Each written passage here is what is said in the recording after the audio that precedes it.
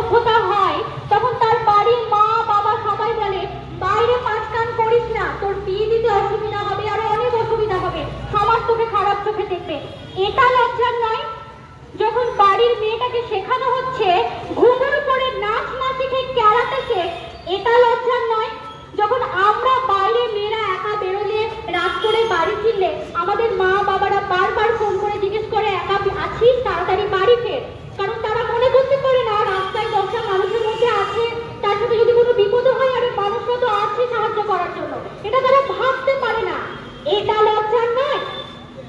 তিলোত্তমা নিশ্চয়ই অকারণে প্রাণটা দেয়নি, শুধুমাত্র রেপ হয়ে তাকে যে খুন হতে হয়েছে সেটা যে নয় আমরা কিছুটা হলেও আন্দাজ করতে পারছি।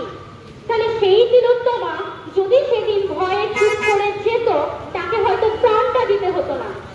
তিলোত্তমা সাহস দেখিয়েছিল বলেই, প্রাণটা দিচ্ছে বলেই এত এত মেয়ে, হাজার হাজার মেয়ে, লক্ষ লক্ষ মেয়ের শীত তারাটা সোজা করে দিয়ে গেছে। তিলোত্তমা বুঝিয়ে দিয়ে গেছে মেয়েরাও প্রতিবাদ করতে জানে।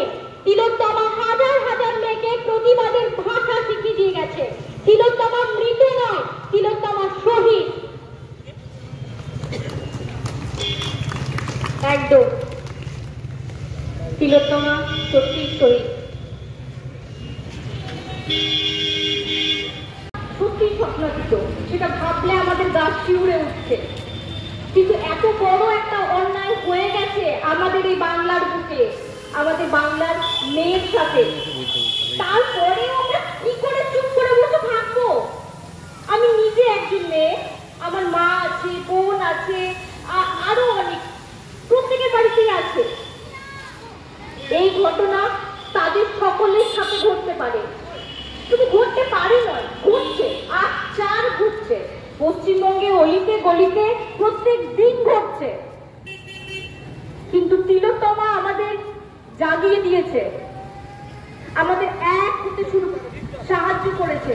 যে স্ফুলিঙ্গ সবার মধ্যে জ্বলছিল দিক দিক করে, সেখানে কর্পূরের কাজ করেছে তিলোত্তমা।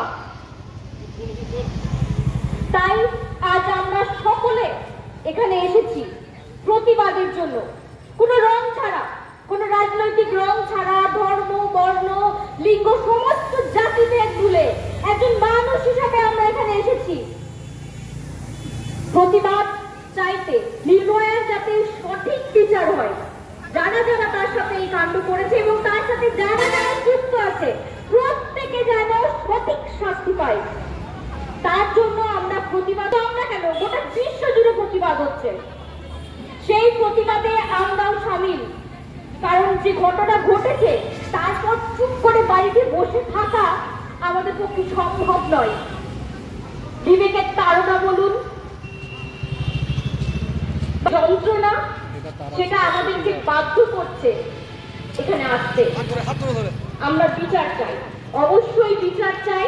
আর এই যতক্ষণ না বিচার আমরা পাচ্ছি, আমরা বাংলাভাষী বলুন, ভারতীয় এই তিলোত্তমা, বিচার যতক্ষণ না সঠিক এবং উপযুক্ত বিচার আমরা পাচ্ছি, আমাদের এই প্রতিবাদ চলতে থাকবে, প্রতিবাদ থামবে না। তার বিচারের জন্য মানুষ হিসাবে আমরা প্রত্যেকে হাতে হাত দিয়ে মানববন্ধন পালন করব। আপনারা আসুন, সকলে আসুন, আমাদের এই প্রতিবাদে, আমাদের এই বন্ধনে সামিল হন।